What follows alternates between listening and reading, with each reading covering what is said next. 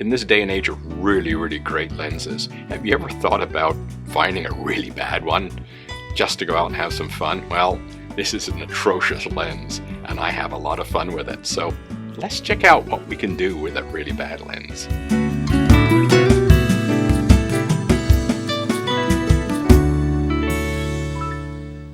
Hi, Peter Charles here, Hooked for Life Photography. And let's have a little fun with this video. They don't all have to be serious. I have a few friends in photography who like to buy old film lenses. I mean, like really old, obscure film lenses, because they have some weird characteristics, or, maybe not so weird, but they don't have the optical perfection that our modern lenses have. I mean, today our lenses are so good. And the software in the cameras is able to correct all sorts of aberrations. For example, distortion, linear barrel and pincushion distortion, for example, is completely eliminated by software in the camera.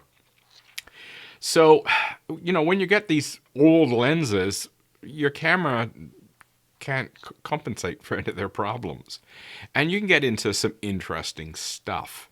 Now, I'm going to put up a bunch of photos taken with this awful, it is awful mirror lens.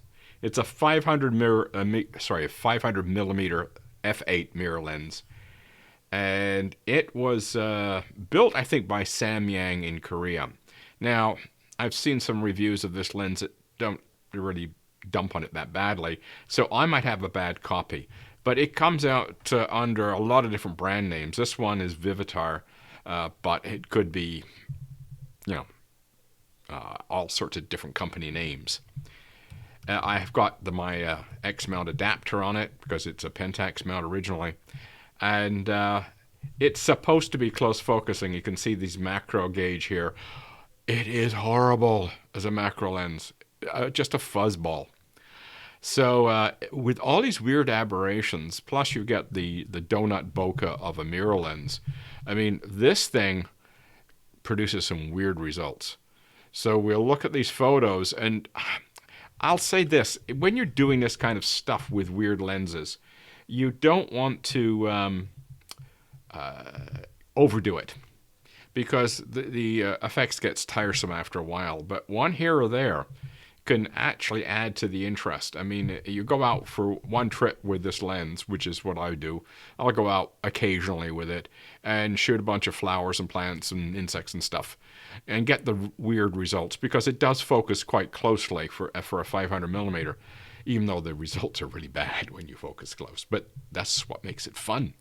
And then you start playing with them in post, and you start to do all sorts of weird stuff. So you can have some strange looking photos that are actually interesting. And that's where the fun comes in. I mean, when you're always dealing with perfection, sometimes perfection takes some of the fun out of it.